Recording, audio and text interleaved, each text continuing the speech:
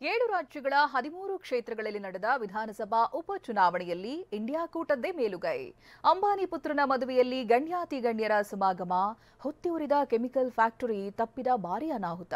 ಈ ಸುದ್ದಿಗಳನ್ನು ನೋಡೋಣ ದೇಶ ವಿದೇಶ ನ್ಯೂಸ್ ಟಾಪ್ 9ನಲ್ಲಿ.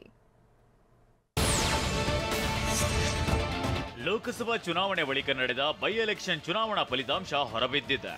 7 ರಾಜ್ಯಗಳ 13 ವಿಧಾನಸಭಾ ಕ್ಷೇತ್ರಗಳಲ್ಲಿ ನಡೆದಿದ್ದ ಚುನಾವಣೆಯಲ್ಲಿ 10 ಕ್ಷೇತ್ರಗಳಲ್ಲಿ ಜಯಬೇರಿ ಗಳಿಸಿ ಇಂಡಿಯಾ ಮೈತ್ರಿಕೂಟ ಮೇಲುಗೈ ಸಾಧಿಸಿದೆ. ಅತಿ ಹೆಚ್ಚು ಸ್ಥಾನ ಗೆಲ್ಲುವ ನಿರೀಕ್ಷೆಯಲ್ಲಿದ್ದ ಬಿಜೆಪಿ ಕೇವಲ 2 ಸ್ಥಾನಗಳನ್ನು ಗೆದ್ದಿದ್ದು ಭಾರೀ ಮುಖಭಂಗಕ್ಕೀಡಾಗಿದೆ.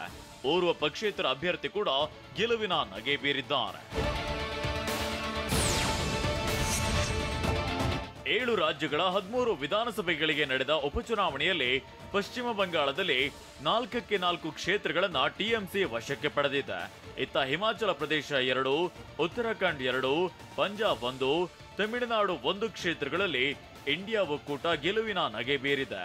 ಇನ್ನು ಹಿಮಾಚಲ ಪ್ರದೇಶದ ಹಮೀರ್ಪುರ ಮತ್ತು ಮಧ್ಯಪ್ರದೇಶದ ಅಮರವಾರ ಕ್ಷೇತ್ರದಲ್ಲಿ ಬಿಜೆಪಿ ಜಯಗಳಿಸಿದೆ. ಬಿಹಾರದ ರೂಪಾಲಿಯಿಂದ ಪಕ್ಷೇತರ ಅಭ್ಯರ್ಥಿ ಶಂಕರ್ ಸಿಂಗ್ ಗೆಲುವು ಸಾಧಿಸಿದ್ದಾರೆ. ಸಂವಿಧಾನ ಹತ್ಯಾ ದಿವಸ್ ಘೋಷಿಸಿರೋ ಬಗ್ಗೆ ಠಾಕ್ರೆ ಬಣದ ನಾಯಕ ಸಂಜಯ್ ರಾವತ್ ಪ್ರತಿಕ್ರಿಯಿಸಿದ್ದಾರೆ. ಬಾಳಾ ಸಾಹೇಬ್ ಠಾಕ್ರೆ ಹಾಗೂ ಆರ್ಎಸ್ಎಸ್ ತುರ್ತು ಪರಿಸ್ಥಿತಿಗೆ ಬಹಿರಂಗ ಬೆಂಬಲವನ್ನ ಘೋಷಿಸಿತ್ತು. ಕೆಲವರು ದೇಶದಲ್ಲಿ ಅರಾಜಕತೆ ಸೃಷ್ಟಿಸಲು ಯತ್ನಿಸಿದ್ರು. ಹೀಗಾಗಿ ತುರ್ತು ಪರಿಸ್ಥಿತಿ ಜಾರಿ ಮಾಡಲಾಗಿತ್ತು. ಇಂದಿರಾ ಜಾಗದಲ್ಲಿ ಅಟಲ್ ಬಿಹಾರಿ ವಾಜಪೇಯಿ ಇದ್ರೂ ಕೂಡ ಎಮರ್ಜೆನ್ಸಿ ಹೇಳುತ್ತಿದ್ರು ಅಂತ ಹೇಳಿದ್ದಾರೆ. ಮುಖೇಶ್ ಅಂಬಾನಿ ಪುತ್ರ ಅನಂತ್ ಅಂಬಾನಿ ಮತ್ತು ರಾಧಿಕಾ ಮರ್ಚೆಂಟ್ ಮದುವೆ ಅದ್ದೂರಿಯಾಗಿ ನಡೆಯುತ್ತಿದೆ. ಮುಂಬೈನ ಜಿಯೋ ವರ್ಲ್ಡ್ ಕನ್ವೆನ್ಷನ್ ಸೆಂಟರ್ನಲ್ಲಿ ಕಲ್ಯಾಣ ಮಹೋತ್ಸವ ವಿಜೃಂಭಣೆಯಿಂದ ಜರುಗುತ್ತಿದೆ. ಜಗಮಗಿಸುವ ದೀಪಾಲಂಕಾರ ಎಂತವರ ಕಣ್ಣನ್ನು ಕುಕ್ಕುವಂತಿದೆ. ಮದುವೆಯ ಸಂಭ್ರಮದಲ್ಲಿ ಸಿನಿ ಗಣ್ಯರು, ರಾಜಕೀಯ ಅತಿರಥರು, ಕ್ರೀಡಾಪಟುಗಳು ಸೇರಿದಂತೆ ಹಲವರು ಭಾಗವಹಿಸಿದ್ರು.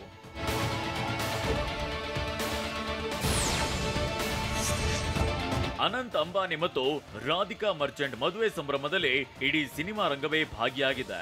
Super star Rajinikanth family, Shahrukh Khan ಕುಟುಂಬ, ಸಲ್ಮಾನ್ ಖಾನ್, ಜಾಕ್ವೆಲಿನ್ ಫರ್ನಾಂಡಿಸ್, ಜಾಹ್ನವಿ ಕಪೂರ್, ಕನ್ನಡದ ನಟ ಯಶ್ ಸೇರಿದಂತೆ ಹಲವರು ಕಲ್ಯಾಣ ಸಂಭ್ರಮೋತ್ಸವದಲ್ಲಿ ಮಿಂಚಿದ್ದಾರೆ.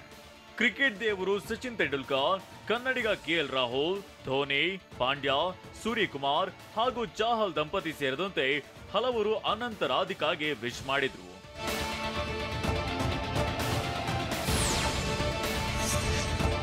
ಕುಬೇರನ ಪುತ್ರನ ಕಲ್ಯಾಣೋತ್ಸವದಲ್ಲಿ ಕೇವಲ ಸಿನಿಮಾ ರಂಗ, ಕ್ರೀಡಾಪಟುಗಳಷ್ಟೇ ಅಲ್ಲದೆ ರಾಜಕೀಯ ಅತಿರಥರು ಭಾಗಿಯಾಗಿದ್ರು.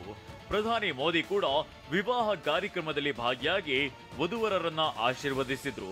ಹಾಗೆ Maharashtra CM Eknath Shinde, DCM Devendra Fadnavis, Andhra CM Chandrababu Naidu, DCM Pawan Kalyan, Ajit Pawar, Sharad Pawar ಮದುವೆಗೆ ಸಾಕ್ಷಿಯಾದ್ರು. ಮುಖೇಶ್ ಅಂಬಾನಿ ಪುತ್ರನ ಕಲ್ಯಾಣ ಕಳೆದ 7 ತಿಂಗಳಿನಿಂದಲೂ ನಡೆಯುತ್ತಿದೆ. ಕಳೆದ ಡಿಸೆಂಬರ್ 29ರಂದು ಅನಂತ ರಾಧಿಕಾ ಜೋಡಿಗೆ ನಿಶ್ಚಿತಾರ್ಥವಾಗಿತ್ತು. ಇದೇ ವರ್ಷ ಜನವರಿ 18, 19ರಂದು ಮೆಹಂದಿ ಕಾರ್ಯಕ್ರಮ ನಡೆಯಿತು. ಮಾರ್ಚ್ 1ರಂದು ವಿವಾಹ ಪೂರ್ವ ಪಾರ್ಟಿ, ಮೇ 28ರಿಂದ ಜೂನ್ 1ರವರೆಗೆ ವಿವಾಹ ಪೂರ್ವ ಕ್ರೂಸ್ ಪಾರ್ಟಿ, ಜುಲೈ 2ರಂದು ಸಾಮೂಹಿಕ ವಿವಾಹ ನಡೆಸಲಾಯಿತು. ಇದರಲ್ಲಿ 50 ಜೋಡಿಗಳು ದಾಂಪತ್ಯ ಜೀವನಕ್ಕೆ ಕಾಲಿಟ್ಟಿದ್ದು, ಜುಲೈ 8ರಂದು ಹಳದಿ ಸಮಾರಂಭ ನಡೆದಿತ್ತು. ಜುಲೈ 10ರಂದು ಶಿವಪೂಜೆ ಕಾರ್ಯಕ್ರಮ ನಡೆದಿತ್ತು. ಜುಲೈ 13ರಂದು ಶುಭಾಶೀರ್ವಾದ ಸೆರೆಮನಿ ನಡೆದಿದೆ.